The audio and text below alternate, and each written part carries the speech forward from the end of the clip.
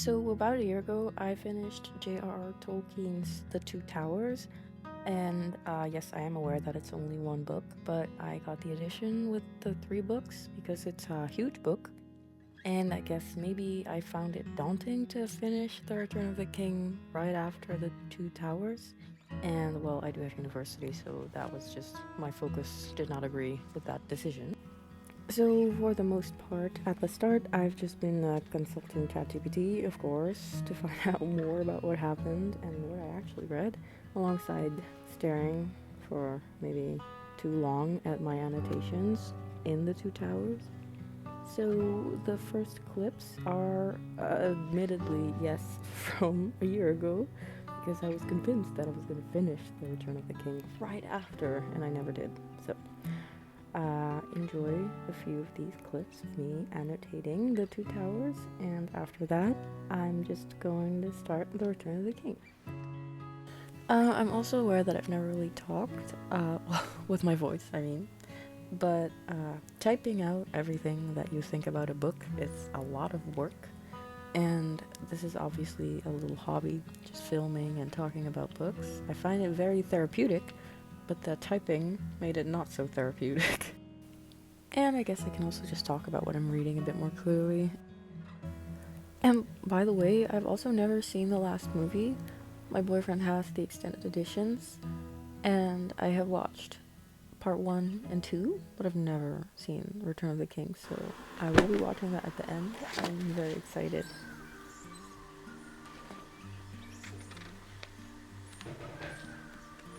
Okay, as I'm reading this, I am very curious to how much Sam and Frodo are actually walking. I'm gonna look that up right now. Okay, so that's 3,000 kilometers. It's no wonder they keep talking about food. That is far. I am visibly stressing in this clip, and I don't really have that much with books, but the Return of the King is in a way different atmosphere than The Fellowship.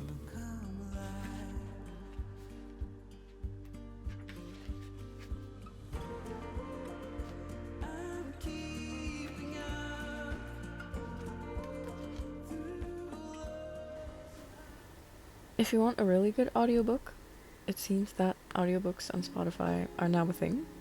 I don't know if I'm just not up to date, but I didn't know that that was a thing. Anyway, Andy Serkis has narrated the entire Lord of the Rings, which was great to see because he is the king of doing all of these voices. Obviously, doesn't get any better than having him narrate the books.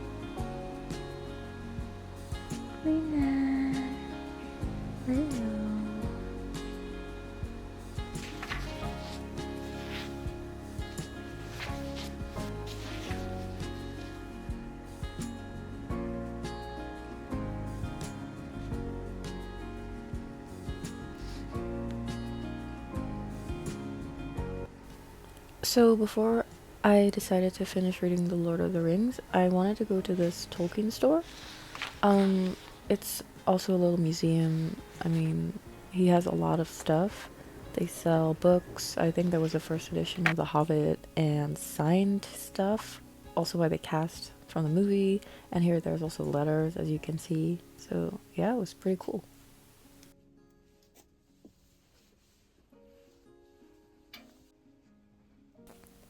I also noticed that I said they sell, but it's actually run by one person.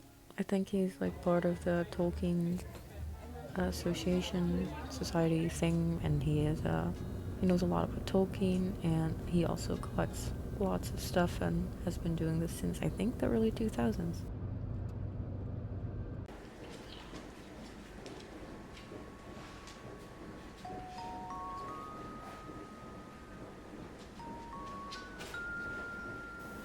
And so for some reason, every time I sit in this chair, my dog just wants to be on my lap. She's obviously too big, but she just keeps trying anyway all the time. Alright, so these movies and the books have been out for a long time.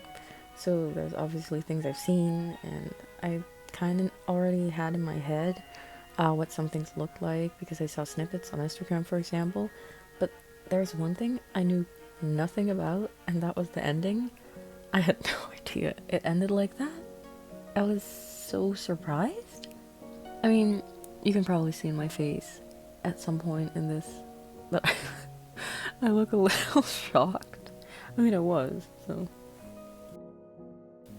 I actually had to look it up because I was so confused. I mean, I understand that he just doesn't really heal that much and that the wound still hurts every anniversary.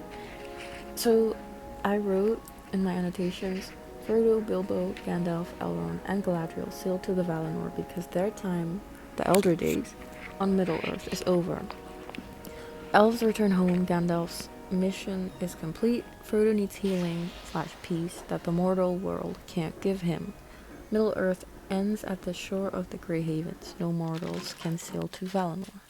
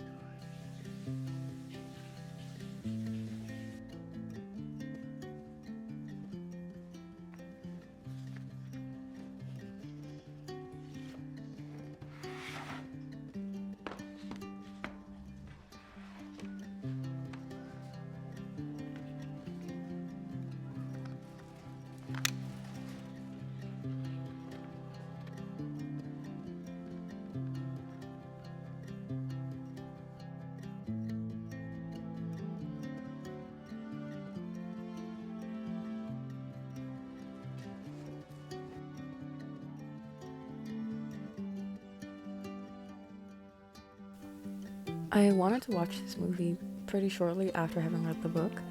Oh, not to compare, but because I wanted to know what everything I just read looked like on screen. And of course, amazing. It was really good. And I didn't feel like I was missing anything, even though some characters weren't in the movies that were in the books, and some things were changed about the storyline and progression. But I mean, that's understandable because Tolkien's books are a lot. But all in all, I really loved it. And it was definitely a lot easier to do voiceovers and talk about this stuff rather than just having to type everything. So I hope it came out right, and I hope it wasn't annoying to listen all the time because I'm still trying to find the balance between talking, typing, and all that. But thank you for watching.